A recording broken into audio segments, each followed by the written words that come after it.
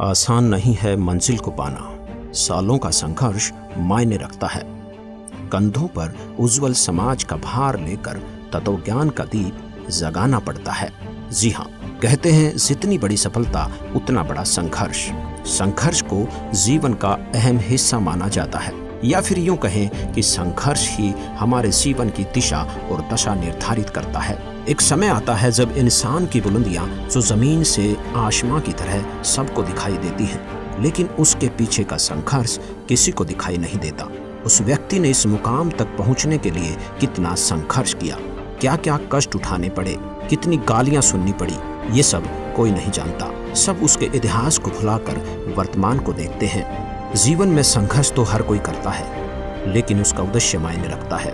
अधिकतर लोगों का संघर्ष धन दौलत परिवार तक ही सीमित रहता है, लेकिन कुछ लोगों का संघर्ष समाज में परिवर्तन से जुड़ा होता है। ऐसे लोगों का संघर्ष इतिहास बन जाता है और फिर इतिहास में उनका नाम सुनहरे अक्षरों में अंकित होता है। ऐसे महापुरुष लोगों के दिलों पर अमिट छाप छोड़ देते हैं और मृत्यु के बाद भी जग में उनकी कीर्ति बनी रहती है। इतिहास इस बात का गवाह है कि जब किसी महापुरुष ने संसार की भलाई के लिए कदम बढ़ाया है, उसे हमेशा संघर्ष करना पड़ा है, जिससे बड़े बड़े परिवर्तन हुए हैं और उन परिवर्तनों के साथ लोगों का जीवन भी सुलभ हुआ है।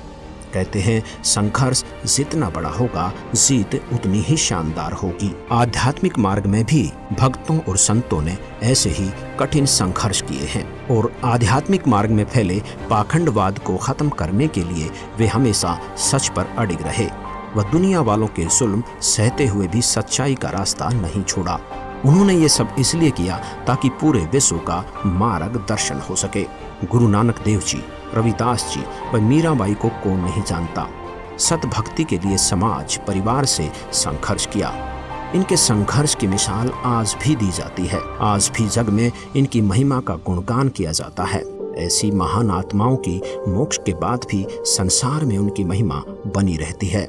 संघर्ष करने वाले महापुरुषों की कहानियां पढ़ते समय हमारे दिल और दिमाग में विचार आते हैं कि यदि इन महापुरुषों के समय में हम भी होते तो तन मन धन से संघर्ष में इनका साथ देते। परंतु ऐसा कहना आसान है, लेकिन वास्तव में किसी भी महापुरुष का संघर्ष में सहयोग करना और उसके संघर्ष और सच्चाई को सही ठहराना बहुत मुश्किल है। आइए आपको ऐसी ही एक अद्वितीय संघर्ष की कहानी से रूबरू करवाते हैं, जो वर्तमान के परिप्रेक्ष्य में अतुलनीय है और आने वाले समय में सुनहरे अक्षरों में लिखी जाने योग्य है। संघर्षपूर्ण जीवन जी रहे इस महापुरुष ने अपना जीवन जनता की भलाई के लिए ईश्वर को सौंप दिया। वर्तमान में ये महान संत सच्चाई की राह पर चलते हुए कठिन संघर्ष कर रहे हैं। वे सामाजिक व आध्यात्मिक मार्ग दोनों में ही संघर्ष कर रहे हैं, जिससे मानव समाज का भला भी होगा और मोक्ष भी। वो महान संत जगत गुरु तत्वदर्शी संत रामपाल जी महाराज हैं, जिन्होंने जनता के कल्याण के लिए अपना पूरा जीवन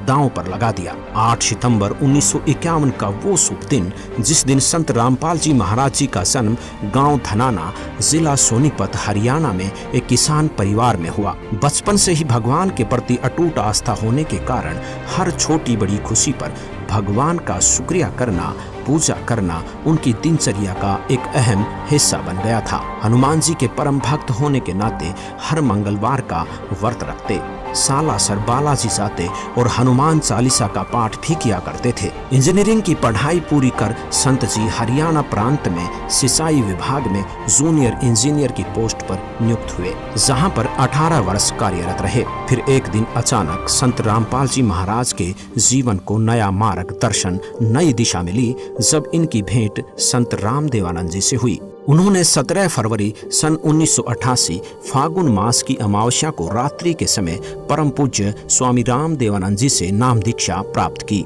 जिसके बाद संत रामपाल जी स्वामी जी के सत्संग में ज्यादा से ज्यादा जाने लगे और उस तत्व ज्ञान का जिक्र लोगों से करने लगे। वह पुण्यात्माओं को गुरुदेव स्वामी रामदेवानंद जी के पास ले जाकर नाम दिलवाया करते, घर पर भी रहकर चर्चा किया करते थे। फिर एक दिन अचानक सन 1993 में परम पूज्य स्वामी रामदेवानंद जी ने सदगुरु संत रामपाल जी महाराज को सत्संग करने की आज्ञा दी और फिर सन 1994 में नामदान की आज्ञा प्रदान की तथा आशीर्वाद दिया कि घबरा मत, मैं तेरे साथ रहूंगा और विश्व में आपके बराबर कोई संत नहीं होगा। अब जोर के साथ साथ प्रचार करना, घर घर जाकर पाठ प्रकाश करना ही संत रामपाल जी का नित्य कार्य हो गया। कुछ दिन बाद पाठ और सत्संगों की संख्या अधिक होने के कारण उन्होंने सन 1995 में जेई की पोस्ट से त्याग पत्र दे दिया, जो हरियाणा सरकार द्वारा 16 मई 2000 को पत्र क्रमांक 34923500 तिथि 16 मई 2000 के तहत स्वीकृत है। अपने घर परिवार को भगवान भरोसे छोड़कर संत रामपाल जी ने मानव कल्याण के उद्देश्य से माली की सेवा प्रारंभ कर दी। सन 1994 से 1998 तक संत रामपाल जी महाराज जी ने घर घर, गांव-गांव, नगर नगर में जाकर सत्संग किया। संत जी ने परमात्मा की वाणी को घर घर में पहुंचाने की शुरुआत की। इच्छुक भक्त आत्माओं के घर गरीबदास जी महाराज जी के ग्रंथ साहिब की स्थापना करते और पाठ प्रकाश करते। धीरे धीरे संत जी के बहु संख्या में अनुयायी हो गए और सन 1999 में गांव करोथा, जिला रोहतक, हरियाणा में सतलोक आश्रम की स्थापना की तथा 1 जून 1999 से 7 जून 1999 तक परमेश्वर कबीर जी के प्रकट दिवस पर 7 दिवसीय विशाल सत्संग का आयोजन करके आश्रम की शुरुआत की। वह महीने की प्रत्येक पूर्णिमा को 3 दिन का सत्संग प्रारंभ किया। सन 2003 में संत जी ने अखबारों व टीवी चैनलों के माध्यम से सत्य ज्ञान का प्रचार करना शुरू कर दिया और अन्य धर्मगुरुओं से भी शास्त्र विरुद्ध ज्ञान त्याग कर समाज को भ्रमित न करने व सत्य ज्ञान स्वीकार करने का आग्रह किया। परंतु नकली धर्मगुरुओं ने अपनी दुकानें बंद होती देख इस सत्य ज्ञान को स्वीकार करने की बजाय इसका विरोध करना शुरू कर दिया। जिसके बाद जहां भी जिस भी नगर में संत रामपाल जी सत्संग करने जाते, वहीं अन्य अज्ञानी धर्मगुरुओं के बहकावे में आकर लोग विरोध करने लगे और कुछ पुण्यात्माएं सत्य ज्ञान को स्वीकार भी करने लगे। संत रामपाल जी महाराज दिन रात सत्संग करते और पुस्तकें लिख लिख कर उनका प्रचार करते। उन्होंने सभी धर्मों के साथ साथ आर्य समाजियों के संस्थापक महर्षि दयानंद जी द्वारा लिखित पुस्तक सत्यार्थ प्रकाश के वेद विरुद्ध ज्ञान व असामाजिक तथ्यों की सच्चाई से भी सबको रूबरू करवाते हुए उसका खंडन किया, जिस कारण अपने अज्ञान का पर्दाफाश होने के भय से उन अज्ञानी संतों, महंतों व आचार्यों ने सतलोक आश्रम करोथा के आसपास के गांवों में संत रामपाल जी महाराज को बदनाम करने के लिए दुष्प्रचार करना प्रारंभ कर दिया तथा 12 जुलाई 2006 को आर्य समाज के तथाकथित धर्मगुरुओं ने सैकड़ों हजारों की संख्या में भीड़ को एकत्रित करके संत रामपाल जी को जान से मारने तथा आश्रम को नष्ट करने के उद्देश्य से सतलोक आश्रम करोथा पर हमला किया। पत्थर, पेट्रोल, बम और बंदूकों के माध्यम से उपद्रवियों ने आश्रम में उपस्थित श्रद्धालुओं को निशाना बनाने की कोशिश की। उपद्रवियों का उद्देश्य था कि संत रामपाल जी महाराज सतलोक आश्रम करोथा छोड़कर चले जाएं, अन्यथा आश्रम को ध्वस्त कर देंगे।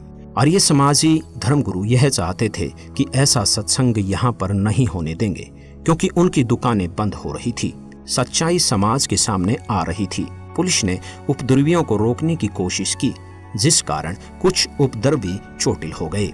इस मुठभेड़ में उन्हीं की गोली से एक व्यक्ति की मौत हो गई, जिसका झूठा केस संत रामपाल जी महाराज पर बना दिया गया और सतलोक आश्रम करोथा को सरकार ने अपने अधीन कर लिया तथा संत रामपाल जी महाराज व कुछ अनुयायियों पर झूठा केस बनाकर उन्हें जेल में डाल दिया। मानव कल्याण और विश्व में शांति के अद्भुत भक्ति मार्ग को रोकने के लिए सच्चाई को दबा दिया गया, परंतु वो शायद ये भूल गए कि सच्चाई को कुछ दिन दबाया जा सकता है पर मिटाया नहीं जा सकता। सच तो सामने आकर ही रहता है। संत जी के जेल जाने के बाद भी ज्ञान नहीं रुका, बल्कि पहले से ज्यादा तेजी से फैलने लगा। जेल में भी बहुत से श्रद्धालुओं ने संत रामपाल जी से नाम दीक्षा ली, जिनमें कुछ पुलिस वाले भी शामिल हैं। झूठे मुकदमे और झूठे आरोप में 21 महीने जेल में रहने के बाद संत रामपाल जी महाराज ने सन 2008 में हिसार जिले के सतलोक आश्रम बरवाला में पुनः सत्संग प्रारंभ किया। अब संत रामपाल जी महाराज का संघर्ष केवल नकली धर्मगुरुओं तक ही सीमित नहीं रहा,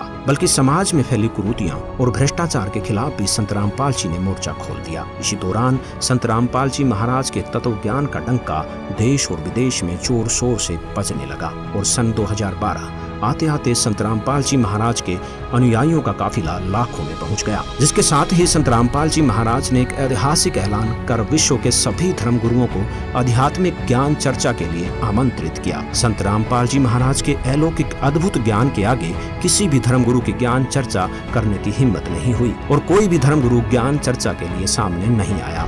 जिसके बाद भगत समाज की शंकाओं को ध्यान में रखते हुए राष्ट्रीय टीवी चैनल साधना के माध्यम से प्रसिद्ध धर्म गुरुओं के आध्यात्मिक विचारों और संत रामपाल जी महाराज के आध्यात्मिक विचारों की तुलना विवेचन करने के लिए आध्यात्मिक ज्ञान चर्चा नामक प्रोग्राम चलाया गया, जिसका अभूतपूर्व नतीजा आया और मानव समाज में संत रामपाल जी महाराज के तत्व ज्ञान का डंका घर घर बजने लगा। अब पूरे भारतवर्ष में ही नहीं बल्कि पूरे विश्व में माना जाने लगा कि संत रामपाल जी महाराज के आध्यात्मिक ज्ञान की कोई सानी नहीं है। घर घर जाकर ज्ञान गंगा पुस्तक पहुंचाई जाने लगी, जिसे पढ़कर लाखों की संख्या में लोग संत रामपाल जी से जुड़ने लगे और अद्वितीय लाभ प्राप्त करने लगे। सन 2013 में सुप्रीम कोर्ट ने सतलोक आश्रम करोथा, जो कि 2006 से प्रशासन द्वारा सील कर रखा था, उसको वापस बाइज्जत संत रामपाल जी महाराज को सौंप दिया, जिसकी खुशी में संत जी के अनुयायी आश्रम की साफ सफाई करने के लिए आश्रम करोथा पहुंचे और सफाई करने लगे। परंतु कुछ आर्य समाज से जुड़े लोगों से ये बर्दाश्त नहीं हुआ और वे आश्रम में संत रामपाल जी के अनुयायियों पर हमला करने के उद्देश्य से फिर से भीड़ इकट्ठी करके आश्रम के सामने पहुंच गए। संत रामपाल जी ने अनुयायियों से गेट बंद करके केवल सुमरिन करने को कहा। आर्य समाजियों ने आश्रम पर पत्थरों से हमला बोल दिया। पुलिस भी वहां पहुंच गई, पर आर्य समाज ने पुलिस पर भी हमला कर दिया। परंतु कुछ ही देर में पुलिस ने स्थिति संभाल ली और बाद में आश्रम को खाली करवाया गया। जिसके बाद करोथा आश्रम में सत्संग नहीं हो सका। बरवाला आश्रम में सत्संग प्रचार प्रसार चलता रहा और देखते ही देखते संगत बहुत अधिक बढ़ने लगी। कबीर साहिब जी के प्रकट दिवस पर आश्रम में पैर रखने की भी जगह नहीं थी और संतों की लीला को कोई नहीं समझ सकता।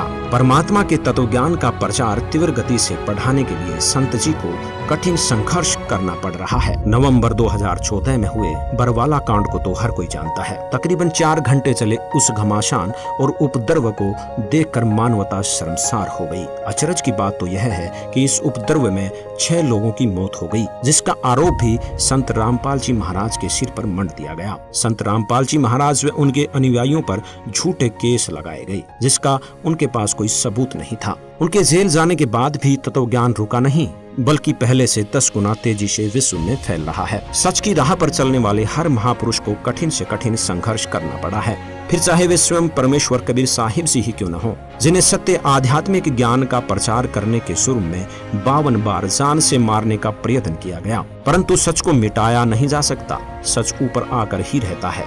संत रामपाल जी महाराज ने केवल आध्यात्मिक मार्ग में ही संघर्ष नहीं किया, बल्कि सामाजिक कुरीतियों के खिलाफ भी आवाज उठाई। दहेज प्रथा, नशे जैसी कुरीतियों को जड़ से खत्म करने के लिए ये मिशन चलाया तथा विश्व को दहेज मुक्त, नशा मुक्त व दुराचार मुक्त बनाने का बीड़ा उठाया। आज उसका नतीजा भी देखने को मिल रहा है। संत रामपाल जी महाराज जी के जितने भी अनुयायी हैं, वो किसी भी प्रकार का नशा नहीं करते, मांस नहीं खाते, जुआ नहीं खेलते, सट्टेबाजी न दहेज लेते हैं न देते हैं, गाना बजाना, नाचना, ये सब संत रामपाल जी के अनुयायी नहीं करते, जिससे संत रामपाल जी महाराज जी द्वारा एक स्वच्छ समाज तैयार किया जा रहा है। संत रामपाल जी ने एक उदाहरण से स्पष्ट कर दिया कि जिस प्रकार रेल को रोकने के लिए एक अंधा गधा पटरी के बीच में खड़ा हो जाता है, अपनी पिछली दोनों टांगे उठाकर मारता है, उसे रेल नहीं रुकती और वो गधा मर जाता है। इसी प्रकार जो इस तत्व ज्ञान को रोकने का प्रयास करेगा, वो अंधे गधे के समान होगा, जो अपना ही नाश करवा बैठेगा। आज संत रामपाल जी महाराज जी का सच्चा ज्ञान आसमान छू रहा है और दिन प्रतिदिन उनका ये तत्व ज्ञान विश्व में बहुत तेजी से फैल रहा है, जिसे रोकना मुश्किल ही नहीं नामुमकिन है। आज उनका संघर्ष फल रहा है और विश्व भर के लोग उनसे जुड़ रहे हैं तथा उनका मानव समाज के कल्याण का मिशन सफल हो रहा है। आज कबीर परमेश्वर की असीम दया से विश्व में 500 से अधिक नाम दीक्षा केंद्रों पर संत रामपाल जी महाराज से नाम दीक्षा ग्रहण करने की सुविधा उपलब्ध है। इसलिए पूरे विश्व के भाई बहनों से हमारा आग्रह है कि संत रामपाल जी द्वारा दिए गए तत्व ज्ञान को ध्यान पूर्वक सुने, समझें और उनसे नाम दीक्षा लेकर अपना मानव जीवन सफल बनाएं। सत साहिब।